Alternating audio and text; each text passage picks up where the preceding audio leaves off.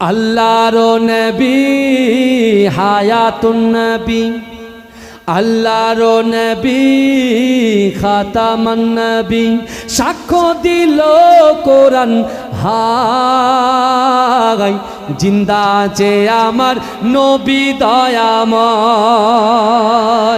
সাহাবাদের নিয়ে নবী মদিনায় ঘুমায়, উম্মতের জন্য নবী কাঁদে সব সময়।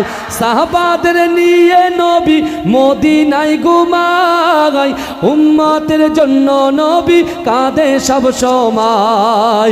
মদিনাতে দেখতে পাবি নবীজির ওই স্মৃতি সবই, মদিনাতে দেখতে পাবি নবীজির ওই স্মৃতি সবই। সেই স্মৃতিতে চুমা খেলে গোনা ধুয়ে যায়। জিন্দা যে আমার নবী দয়াময়, জিন্দা যে আমার নবী দয়াময়।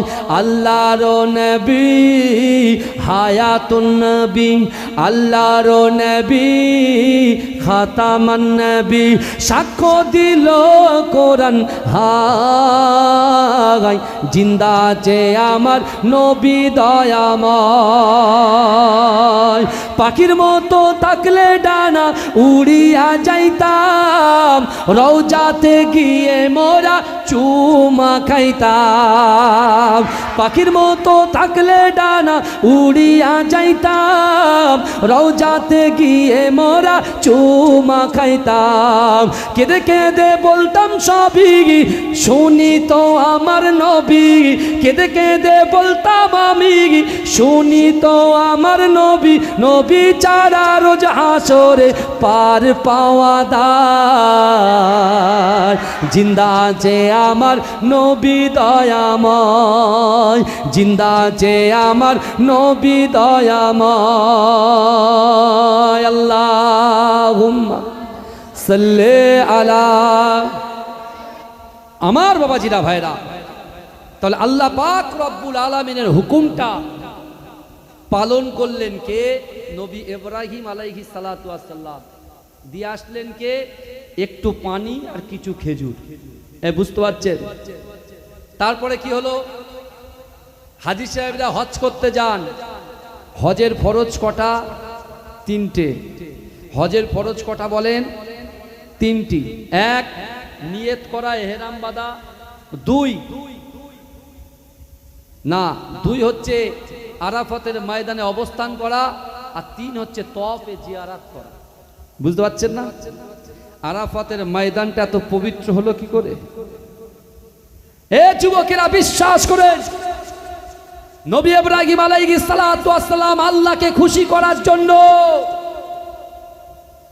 নিজের দুধের বাচ্চাটাকে, নিজের স্ত্রীকে আল্লাহর ঘর কাবা শরীফের পাশে রেখে আসলেন। কাকে খুশি করার জন্য? আর আমার স্ত্রী আমার কাছে, আমার সন্তান আমার কাছে, আমার মা আমার কাছে, আমার বাবার কাছে, আমার ভাই আমার কাছে, আমার বোন আমার কাছে। আল্লাহ বলছে বান্দা তোমার জন্য নামাজ ফরজ। আমরা সব কাছে থেকেও আল্লাহকে খুশি করার জন্য একটু নামাজও পড়তে পারলাম না, একটু দান খায়রাত করতে পারলাম না। কিন্তু নবী ইব্রাহিম আলাইহিস সালাতু ওয়াস সালাম একবারও খোঁজ নিলেন না, কারণ হুকুম আল্লাহর আর দেখবেনও আল্লাহ। জোরে বলেন, এই জোরে বলবেন না সুবহানাল্লাহ। মা হাজরা দেখতে পাচ্ছেন, যা পানি ছিল, যা খেজুর ছিল সব শেষ। হ্যাঁ, নবী ইসমাইল আলাইহিস সালাতু ওয়াস সালামের বংশে কিন্তু আমার রাসূল এসেছেন। জোরে বলেন, এই জোরে বলবেন না। নবী ইসমাইল আলাইহিস সালাতু ওয়াস সালামের বংশে কে এসেছেন? আমার রাসূলুল্লাহ এসেছেন। আমার ভাইরা, সেই বিশ্ব নবী রাসূলুল্লাহ সাল্লাল্লাহু আলাইহি ওয়াসাল্লামের ঊর্ধ্বতন কে? নবী ইসমাইল আলাইহিস সালাতু ওয়াস সালাম যখন শিশু, গলা আপনার ঠোঁট পানির পিপাসায় যখন ঠোঁটে আটা আটা ধরছে, আম্মা জান মা সহ্য করতে পারছেন না যে এই দুর্গম মরুপ্রান্তরে এখানে কেউ নাই, কেউ নাই যে আমাকে সাহায্য করতে পারে, একমাত্র আল্লাহ ছাড়া।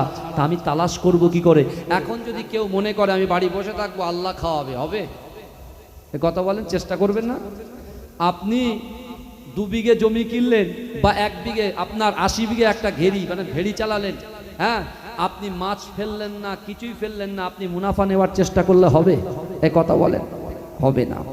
কিন্তু আমার ভাই জানেরা, এ নবী পাকের উম্মত উম্মতিরা, এ নবী দেবানারা, নবী ইসমাঈল আলাইহিস সালাতু ওয়াস সালাম পানির পিপাসায় যখন কাতর, ও যুবকেরা, ও নবী পাকের উম্মত উম্মতিরা, আম্মা জান হাজেরা চিন্তা করে, না না না, এরকম ভাবে যদি আমি বসে থাকি আমার সন্তান কষ্ট পাবে, আমার সন্তান কষ্ট পাবে, আমি মা হিসাবে সহ্য করতে পারবো না। এ যুবকেরা, হে নবী পাকের উম্মত উম্মতিরা, আল্লাহর উপরে ভরসা করে সামনে সাফা এবং মারওয়া পাহাড় ছিল। ও যুবকেরা, আম্মা জান হাজেরা সাফা এবং মারওয়া, একবার সাফা একবার মারওয়াতে গিয়ে পানি তালাশ করতে লাগলেন। ও যুবকেরা, আম্মা জান হাজেরা একবার সাফা থেকে মারওয়া, মারওয়া থেকে সাফা, মিডিলে এসে কাবা শরীফের দিকে উকি মেরে তাকায় তার দুধের বাচ্চাটা ঠিক আছে কিনা।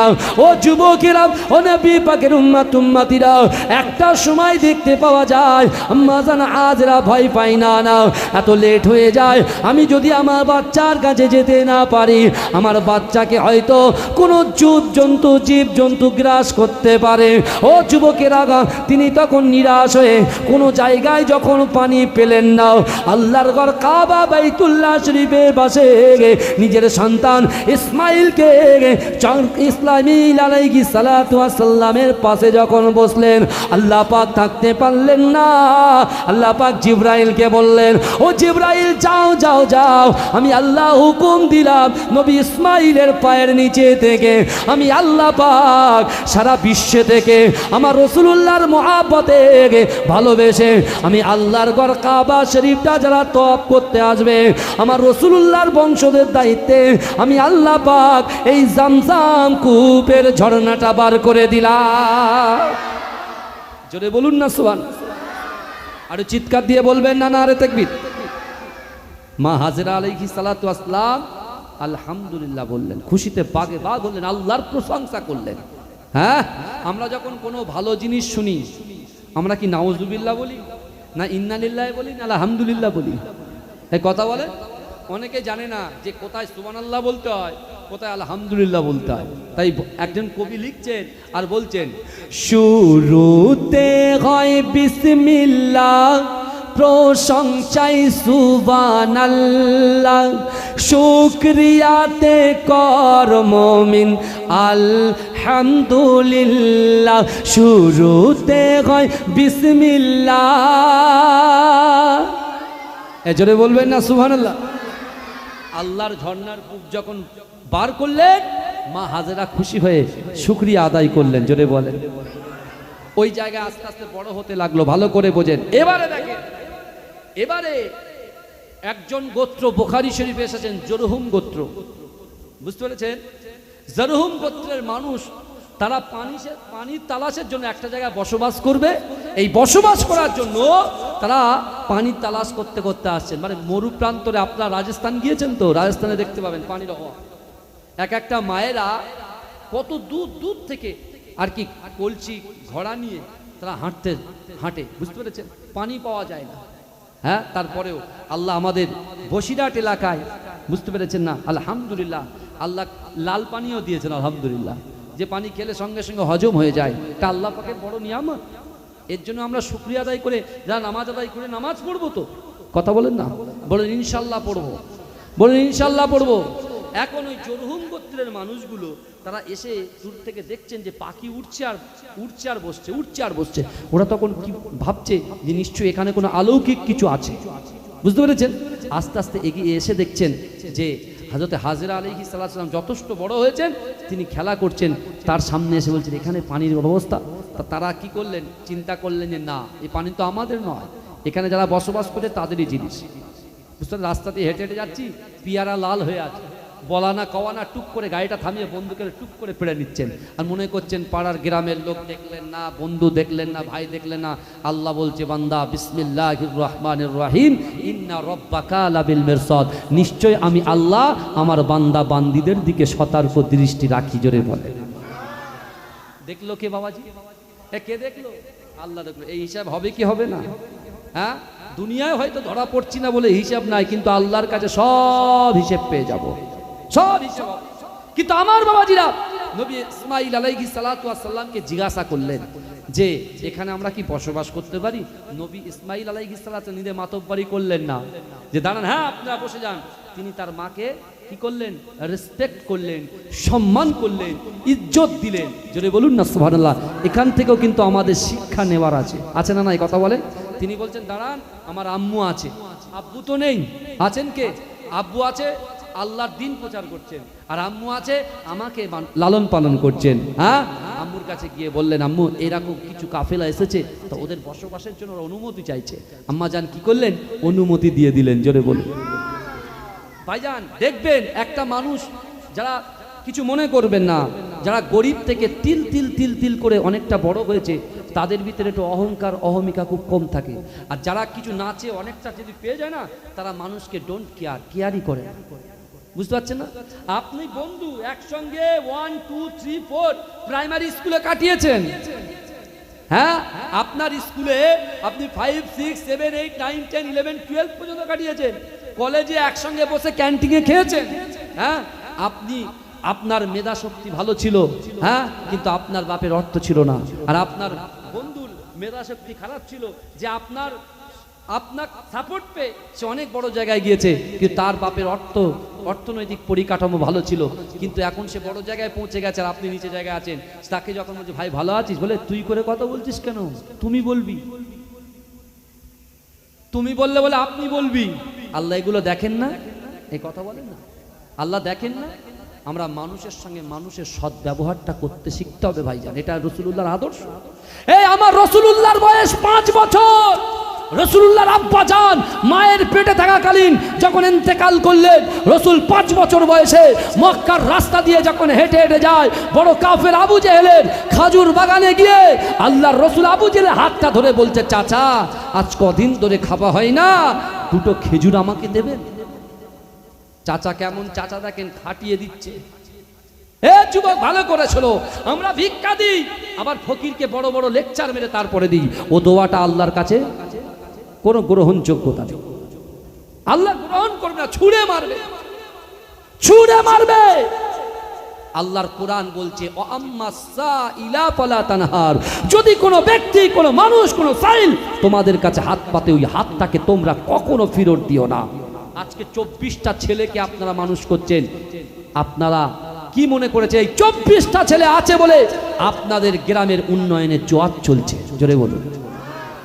এই 24টা ছেলে যদি সত্যিকারের হাফেজ আপনারা বানাতে পারেন, আপনাদের কষ্টের টাকা দিয়ে, মেহনতের টাকা দিয়ে, চাষাবাদের টাকা দিয়ে, আর আমার যুবকরা বাইরে বাইরে কাজ করে এনে যদি এই 24টা ছেলেকে যদি আপনি তৈরি করে দিতে পারেন, এটা যদি মোকাম্মাল হাফেজ তৈরি হয়, এই বুঝতে পেরেছেন? এরা কি করবে কাল কিয়ামতের মাঠে? হুকুকুল্লাহ, হুকুকুল ইবাদ, আল্লাহর হক, বান্দার হক পঙ্খানুপঙ্খভাবে যদি পালন করে, হিফটাকে যদি কন্ট্রোল করে সুন্দর করে রেখে যেতে পারে, তাহলে আপনাদের গ্রাম থেকে 10 জন করে মানুষকে জান্নাতে প্রবেশ করাবে। জোরে বলেন, এই জোরে বলবেন না? কিন্তু আমার ভাইয়েরা ভালো করে বোঝেন, ভালো করে বোঝেন, বিশ্ব নবী রাসূল সাল্লাল্লাহু আলাইহি ওয়াসাল্লাম চাচার কাছে গিয়ে বলছেন 2টো খাজুর হবে। চাচা কি বলেছে জানেন? অবশ্যই হবে, কেন হবে না? ওই যে আমার কাজের, বিশেষ করে আমার বাগানের যে ইহুদি যুবকটা যে কাজ করে, ওর পাশে দেখো 2টো খাজুর ভর্তি বস্তা, ওই বস্তা দুটো মাথায় করে একটু আমার বাড়ি পর্যন্ত পৌঁছে দাও, পৌঁছে দিয়ে আসার পরে তারপরে তোমাকে 2টো খাজুর দেবো। এই আমার বিশ্ব নবী রাসূলুল্লাহ সাল্লাল্লাহু আলাইহি ওয়াসাল্লাম কোনো কথাই বললেন না, মাথাটা হেড করে রাসূলুল্লাহ 5 বছর বয়সে ওই বোঝা তোলার ক্ষমতা নাই, কিন্তু আল্লাহ পাক রব্বুল আলামিন আমার রাসূলকে এত ভালোবেসেছেন, এত প্যার করেছেন, যে বোঝা বড় বড় মানুষে তোলার ক্ষমতা নাই, আমার রাসূল হাত দিয়েছে, আমার রাসূল বোঝাটা নিজের মাথায় করে আবু জেহেলের বাড়ি পৌঁছে দিয়ে, আল্লাহর রাসূল যখন আবু জেহেলের কাছে এসে বলছেন যে আমি বোঝা পৌঁছে দিয়েছি, আবু জেহেল তো বিশ্বাস করতে পারছে না। যেখানে 2-4 জন তুলতে লাগে, বোঝা তুলতে লাগে, বুঝতে পারছেন না? বড় বড় পাট যারা চাষ করছেন, পাট ধুয়ে এক দ্বারাই কি বোঝা তোলা সম্ভব? ওই পাটে পানি লেগে থাকে, এমনি ভারী হয়ে যায়। কথা বলেন না? কিন্তু এই যুবকেরা বিশ্বাস করেন, আল্লাহর রাসূলকে একটা খাজুর দিচ্ছেন। আমার রাসূল কিন্তু সব সময় সত্য কথা বলতেন, জিন্দেগিতে আমার রসুল তার 63টা বছরের জিন্দেগিতে একটা সেকেন্ডের জন্য, একটা মিনিটের জন্য, একটা ঘন্টার জন্য আল্লাহ রসুল মিথ্যা বললেন না। কিন্তু তারই উম্মত এক কদম গেলে দু কদম গেলে শুধু মিথ্যায় মিথ্যায় ভরপুর। কথা ঠিক না ভুল? কথা বলে না। কিন্তু আমার ভাইরা ভালো করে বোঝেন, আল্লাহর রসুলকে যখন একটা খেজুর দিলেন, আল্লাহ রসুল বলছে চাচা আপনি একটা খেজুর দিচ্ছেন আমাকে? যেই বলেছে বলে বড়দের উপরে কথা, আহা আমার রসুলুল্লাহর গালে একটা জোরে চড় মেরেছে। জোরে বলুন নাউজুবিল্লাহ। এই আমার দয়ার নবীকে মেরেছে কে? আবু জেহেল। আল্লাহ তাকে ছেড়েছে? এ কথা বলে আল্লাহ ছেড়েছে? আবু জেহেল চড় মেরেছে। রসুলুল্লাহ দেখেন, আমার রসুল ঝগড়া চান না, আমার রসুল দ্বন্দ্ব চান না, আমার রসুল ভাইয়ে ভাইয়ের অশান্তি চাই না, চাচাই চাচাই অশান্তি চাই না। আল্লাহর রসুল বাড়িতেও গেলেন না, কারণ বাড়িতে গেলেই চাচা আবু তালেব জিজ্ঞাসা করবে, ভাতিজা তুমি বলো তোমার গালটা কেন লাল হয়ে আছে, তোমার গালটা কেন কালো হয়ে আছে? রসুল ওদিকে চিন্তা করছে, বাড়ি গেলেই অশান্তি লাগবে। রসুল আমার নির্জনে একেবারে কাবা শরীফের পাশ দিয়ে সোজা পাহাড়ে জঙ্গলের উপরে আল্লাহর রসুল একাকিত্বভাবে আল্লাহর কাছে নিজের কষ্টের কথাটা আল্লাহ পাক রব্বুল আলামিনের কাছে বলতে লেগেছে। জোরে বলুন না সুবহানাল্লাহ। আল্লাহ রসুল ফুপিয়ে ফুপিয়ে কাঁদছেন। রসুলুল্লাহর কান্না দেখে জঙ্গলের বাঘ, জঙ্গলের হিংস্র পশুরা আল্লাহর রসুলের দুঃখে ব্যথিত হয়ে আল্লাহর রসুলকে ঘিরে ধরে তারাও কাঁদতে শুরু করেছে। আমার ভাইরা, আমার রসুলকে, আমার দয়ার নবী মুস্তাফাকে জঙ্গলের বাঘ চিল্ল, পশু চিল্ল, আর যে আল্লাহ মখলুকাতের সেরা আমাকে আপনাকে আমাদিগকে করেছে, তারপরেও আমরা রসুলকে চিনতে পারলাম না। আল্লাহর জন্য বিশ্বনবী রাসূলুল্লাহর মহাব্বতে 24 ঘন্টা দিন রাত 24 ঘন্টার ভিতরে মাত্র 1 ঘন্টা সময় আমরা দিতে পারি না। কিন্তু আমরা মোবাইলে 3 ঘন্টা 7 ঘন্টা, ইউটিউবে 7 ঘন্টা 3 ঘন্টা আমরা সময় দিয়ে থাকি। কিন্তু আমার ভাই জানেরা, এ নবী পাকের উম্মতিরা, এ নবী দেবানারা, আল্লাহ পাক রব্বুল আলামিন আমার রাসূলুল্লাহর শানকে এত আলা করেছে। ও যুবকেরা, আবু জেহেল বাড়ি এসেছে। আবু জেহেল বাড়ি আসার পরে তিনি দেখতে পায় তার যে খেজুর ভরা যে বস্তা ছিল, এ যুবকেরা মক্কার বাজারে নিয়ে যাওয়ার জন্য তিনি যখন বস্তাটা ওপেন করেছে, খুলেছে, ও যুবকেরা আবু জেহেলের বস্তাবর্তী খেজুরকে আল্লাহ পাক পাথরে পরিণত করে দিয়েছে। এ যুবকেরা, এ নবী পাকের উম্মতিরা, আমার রাসূলুল্লাহকে যারা কষ্ট দেবে, আমার রাসূলুল্লাহকে যারা কুরুচিকর মন্তব্য করবে, আল্লাহ পাক তাদের গড়া জিনিসকে ধ্বংস করে দেবে। ও যুবকেরা, বিশ্বনবী রাসূলুল্লাহ সাল্লাল্লাহু আলাইহি ওয়াসাল্লাম বাড়িতে আসছেন না। চাচা আবু তালেব চিন্তায় পড়ে গেছে। হঠাৎ করে আবু জেহেলের আগমন। আবু জেহেল এসে জিজ্ঞাসা করে, আবু তালেব আপনি বলেন তো আপনার ভাতিজা কোথায়, মুহাম্মদ কোথায়? বলে অনেকক্ষণ হয়ে গেছে, তাকে তো ঘরে ভেতরে পাওয়া যাচ্ছে না। এ যুবকেরা, এ নবী পাকের উম্মতিরা, আবু জেহেল বুঝতে পেরে গেছে সর্বনাশ যে মুহাম্মাদের আবির্ভাব দুনিয়ার জমিনে আসবে। আমি তো তাকে অনেক আশ্চর্য ঘটনা দেখেছি, কিন্তু না তাকে মারার জন্য কি আল্লাহ পাক, তাকে মারার জন্য তার প্রভু কি আমার এমন করে খেজুরটাকে পাথরে পরিণত করেছে? এ যুবকেরা, আবু জেহেল ছুটে তার বাগানে যখন পৌঁছেছে, বাগানে গিয়ে সে অবাক হয়ে যায়। না তার খেজুর বাগানে যত খেজুর গাছে ধরা ছিল, পুরো খেজুরগুলো আল্লাহ পাক পাথরে পরিণত করে দিয়েছে। আবু জেহেল জব্দ হয়ে গেছে। এই শুনছেন? আবু জেহেল জব্দ হয়ে গেছে। সেই বলে না, বুঝবি চাচি বেলা হলে, চাচির কাছে বারবার চাচ্ছে, দিয়েছে গোড়া উপরে। বুঝতে পারছেন না? চাচি মনে করছে খুব হচ্ছে, তা চাচিকে যখন বলে আছে, চাচি বুঝবি চাচি বেলা হলে, চাচি রান্না পাকায় আর বলে বুঝবি চাচি বেলা হলে। যত দিন যাচ্ছে দেখছে পুঁইশাকের চারা আর কি বলে ডাঁটার যে বড় বড় সুরগুলো আস্তে আস্তে শুকিয়ে যাচ্ছে। বুঝতে পারছে না? আবু জেহেল বুঝতে পেরেছে। আবু জেহেল পেত্তুরান আবু তালেবের কাছে সে বলছে, তোমার ভাতিজা কোথায়, শিগগিরই খোঁজ নাও, দিনকাল খারাপ। তারা কি? আবু জেহেল বিশ্বনবী আসলে লুকিয়ে ক্ষমা চাবে, লুকিয়ে রাসূলুল্লাহর কাছে ক্ষমা চাবে, যা হওয়ার হয়ে গেছে তুই বাঁচা। যেরকম ফেরাউন বারবার নবী মুসা আলাইহিস সালাতু ওয়াস সালাম, এই নবী মুসা আলাইহিস সালাতু ওয়াস সালামের যখন বিরোধিতা করেছিল, ইবলিস শয়তান এসে ফেরাউনকে বলছে, ফেরাউন তুই জানিস তুমি জানো আল্লাহর একটা নাম রহমান, একটা নাম রহিম। কে বলছে? ইবলিস শয়তান বলছে। আল্লাহর একটা নাম রহমান, একটা নাম রহিম। তুমি জানো আল্লাহ তার বান্দাকে কতটা ভালোবাসে? তুমি কি জানো? ফেরাউন বলছে আল্লাহ কি আমার কথা শুনে? আমি তো খোদা দাবি করেছি, ডাইরেক্ট শিরিক করে বসেছি।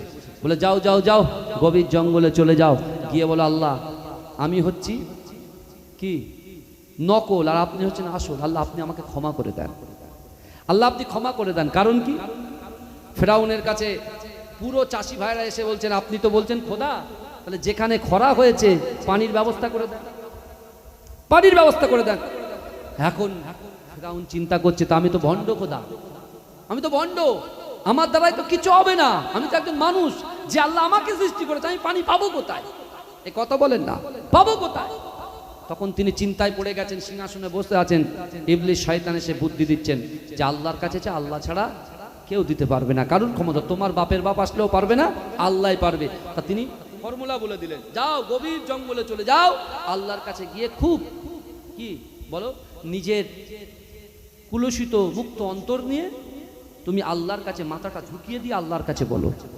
তাই ইবলিস শয়তানের কথা শুনে ফেরাউন গিয়েছে। ফেরাউন গিয়ে আল্লাহকে বলছে আল্লাহ আপনি আমাকে ক্ষমা করে দেন, আল্লাহ বৃষ্টি বর্ষণ করেন। আল্লাহ কি করেছে? আল্লাহ কত দয়াময়। আহা, আল্লাহ কি করলেন? ফেরাউনের ক্ষমা করে দিলেন, দিয়ে আল্লাহ বৃষ্টি বর্ষণ করে দিলেন। জোরে বলেন, জোরে বলবেন না? বৃষ্টি বর্ষণ করেছেন। এবার এসে আবার সে আগের মতো হয়ে গেছে, বুঝতে পারছেন? এসেই একদম দেখেছিস, এই দেখেছিস তো আমার পাওয়ার কতটা, বুঝতে পারছেন না? অথচ অন্যজন করে দিয়েছে, আল্লাহ করেছে। হ্যাঁ, এসে খুব পাওয়ার দেখাচ্ছে নিজে। আল্লাহ বলছে দাঁড়া আমার সাথে বাদ পারি। হ্যাঁ, আল্লাহ এত পানি দিচ্ছে, সে যারা ফসলের পানি চাইছিল সে ফসল ওভার হয়ে গেছে, ওভারফ্লো হয়ে যাচ্ছে পানি চারিদিকে।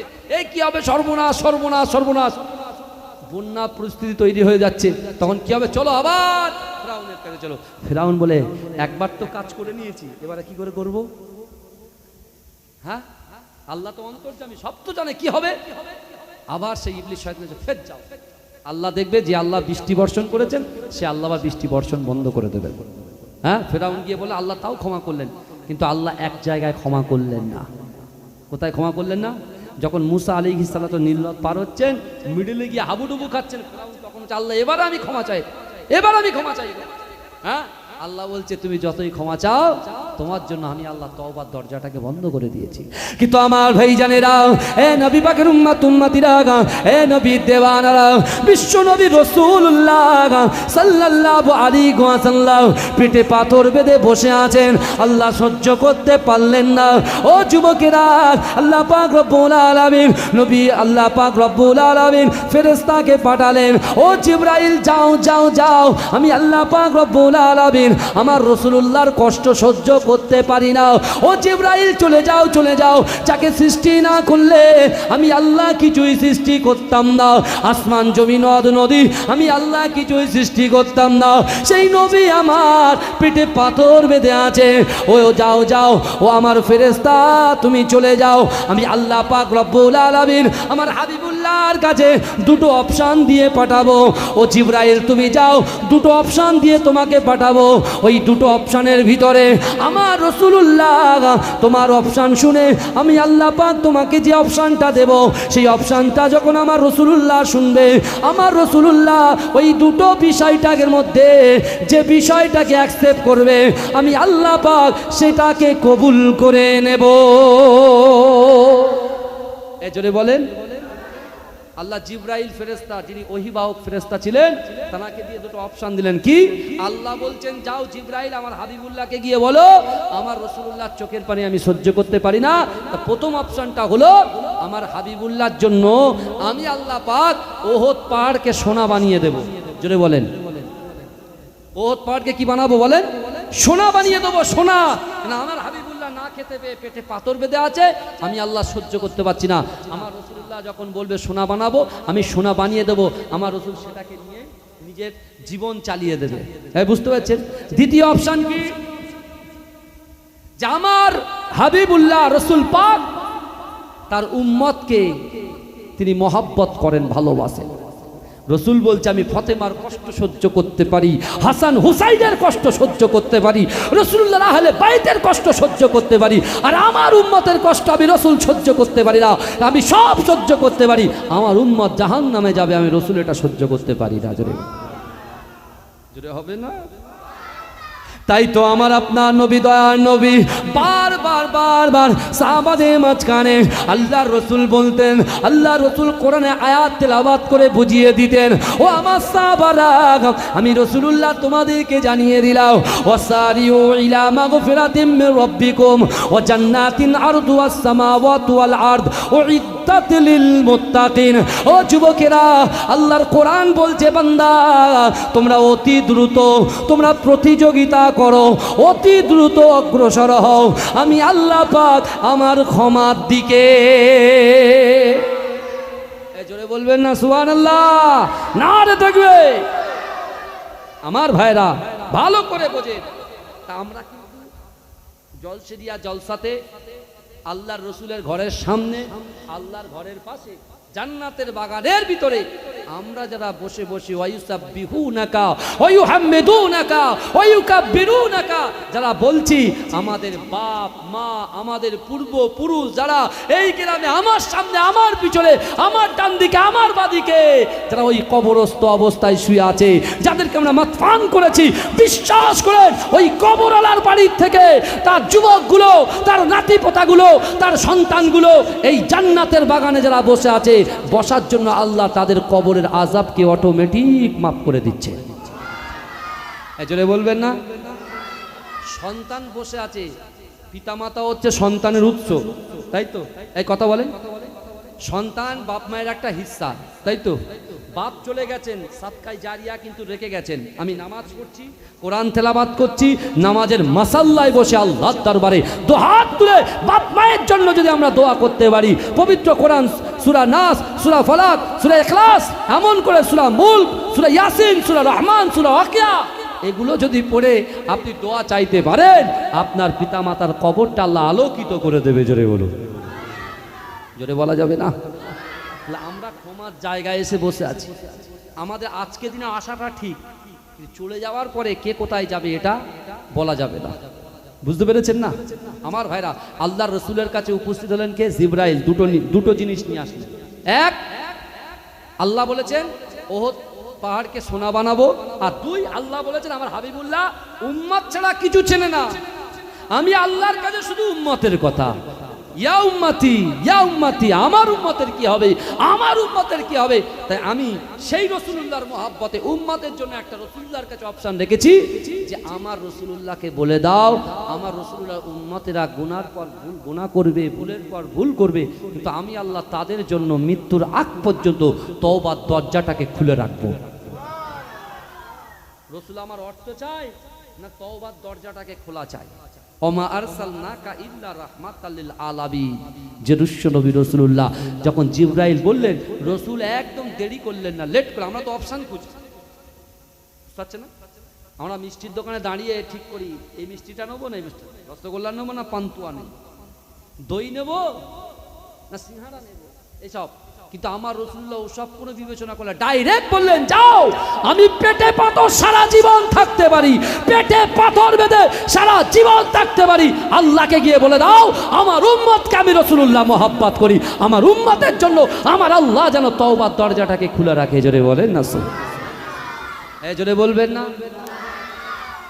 এখনো আমরা যারা জেনা করেছি, ভুল করেছি, পরকীয়ায় লিপ্ত আছি, বাপ মাকে কষ্ট দিচ্ছি, স্ত্রীকে কষ্ট দিচ্ছি, স্বামীকে কষ্ট দিচ্ছি, হ্যাঁ, যারা কুরুচিকর মন্তব্য করছি, যাদের কলিজার ভিতরে রিয়া, তাকাব্বুরি, অহংকার, আমিত্ব, বড়াইত্ব, আমি তাদেরকে আপনার পীরের আওলাদ হিসেবে করজোরে বলে গেলাম, ওগুলোকে ডিলিট করে ফেলে দিয়ে আল্লাহর কোরআন বলছে ইন্নাল্লাহা লা ইউগাইয়িরু মা বিকওমিন হাত্তা ইউগাইয়িরু মা বিআনফুসিহিম। আল্লাহ বলছে বান্দা, যে জাত, যে কওম নিজে পরিবর্তন হবার চেষ্টা করে না, আমি আল্লাহ ওই জাতি, ওই কওমকে কখনোর জন্য পরিবর্তন ঘটাই না। এই যুবক, আমাদেরকে পরিবর্তন হতে হবে। এই রাসূলুল্লাহর কন্যা মা ফাতেমাতুজ জোহরা, জান্নাত রানী রবিনন্দিনী মা ফাতেমাতুজ জোহরা কোরআন তেলাওয়াত করে, নামাজ আদায় করে বিশ্ব নবীর বাড়িতে যাচ্ছেন। কার বাড়িতে যাচ্ছেন? তোমার আব্বাজানের বাড়িতে যাচ্ছেন।